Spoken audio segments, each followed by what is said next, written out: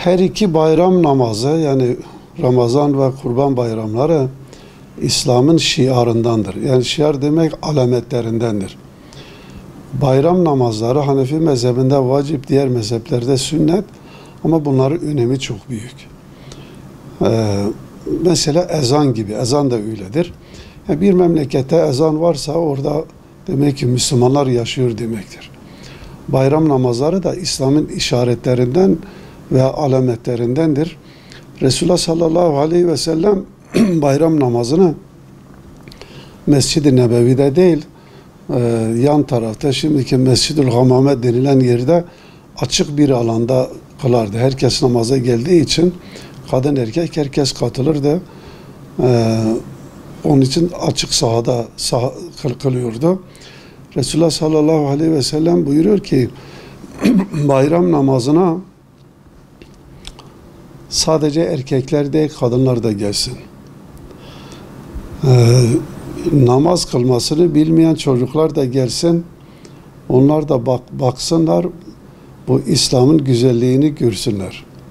Hatta işte adet halinde olan bayanların da namaz kılmamalarına rağmen onlar da gelip arkada bir kenarda dursunlar. İslam'ın bu güzelliğini, bu heyecanını, bu görkemini görsünler diye onları da çağırıyor. Onun için yani biz mahallelerimizde mümkün mertebe yer varsa bayan, kadın kardeşlerimizin de bayram namazına gelmelerinde fayda var. Çünkü yılda 2 defa bu coşkuyu hep beraber yaşamak lazım. Sevinç günü, heyecan günü, özellikle bayram namazında biliyorsunuz tekbirler çok daha getiriliyor. Namaza giderken tekbir getiriliyor, namazdan dönerken tekbir getiriliyor. Namazdan sonra hutbede ve bayramın 4. günü ikindi namazına kadar da bu teşrik tekbirleri dediklerimiz bunlar böyle devam ediyor. Bu teşrik tekbirleri de İmam-ı Azam'a göre vacip, diğer mezheplere göre sünnet. Farz namazlardan sonra tekbir getirmeyi de unutmayalım.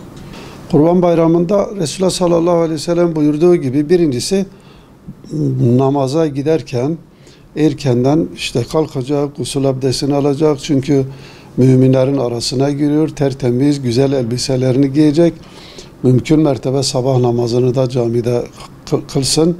Sonra bayram namazına kadar tesbihatta, duada bulunsun. Kur'an veyahut da vaaz ediliyorsa, sohbet ediliyorsa onu dinler. Arkasından bayram namazını kılıyoruz. Arkasından da imam kardeşlerimiz hutbesini okuduktan sonra camilerde birbirimizle bayramlaşalım. Şimdi özellikle burada dikkat edeceğimiz şey, birbiriyle dargın olan kardeşlerimiz bunu vesile bilerek hem kendileri barışmaya gayret etsin, hem de onların dargın olduğunu bilen bizim kardeşlerimiz var. Bunlar bu dargın olanları barıştırma görevimiz var. فَأَصْلِحُوا بَيْنَ أَخَوَيْكُمْ Rabbimiz öyle buyuruyor. Dargın olan kardeşlerinizin arasını bulun. Yani bu iki Müslüman kardeşimiz birbiriyle küskünse üçüncü şahıslar olarak bizlerin üzerine bunları barıştırmamız farzdır. Allah-u Teala bize emrediyor. Bunları barıştırın. Çünkü dargın kalmak dine de zarar, kendilerine de zarar, memlekete de zarar, mahalleye, çevreye de zarar. Yani birbirine dargın olan insanlar ufak bir bahaneden dolayı hemen kötü şeylere tevessül ediyorlar. Bundan dolayı Müslümanların birbiriyle barışık olması çok önemli. 3 günden fazla dargın ve küskün durmak da dinimizce haram kılınmıştır. Evlerimize gittiğimizde kurban kesmesi kendisine vacip veya sünnet olan, durumu yerinde olanların kurbanlarını kesmeleri gerekiyor. Ama kurban 1. gün kesmek daha iyi, ama 2. ve 3. günde kesiliyor. İmam Şafii rahmetullahi aleyh'e göre 4. günde kesiliyor. Elimizden geldiği kadar kurbanlarımızı keselim. Ama bir insanın durumu iyi değilse kurban keseceğim diye kendini zorlamasına gerek yok. Yani takdiriyle Cenab-ı Allah kimseye çok verir, kimsine de az veriyor. Yani çok veren şükrünü eda edecek, az veren de bulunduğu hal üzere sabretmesi lazım. Kurbanlarımızı kestikten sonra bunun en az 1/3'ünü mutlaka bizzat fakir olanlara vermek. Yani hangisi benim dostum, kim bilmem şu, öyle değil.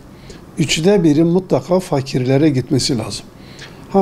Dostlarımız, işte akrabalarımız, bunların hakkı da var. Diğer 1/3 de bunların hakkı.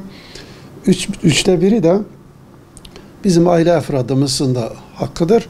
Ve o bayram günlerinde tüketilmese de olur. Başka zamana da saklayabilir. Yani önemli olan burada Cenab-ı Allah'ın emrini yerine getirmek, güzel bir niyetle Cenab-ı Allah'a onun rızasını istemek, sonra aile efradını sevindirmek, dostlarını sevindirmek, böyle güzel bir huzur ortamı hem yaşamak hem başkalarının yaşamasına da vesile olmaktır.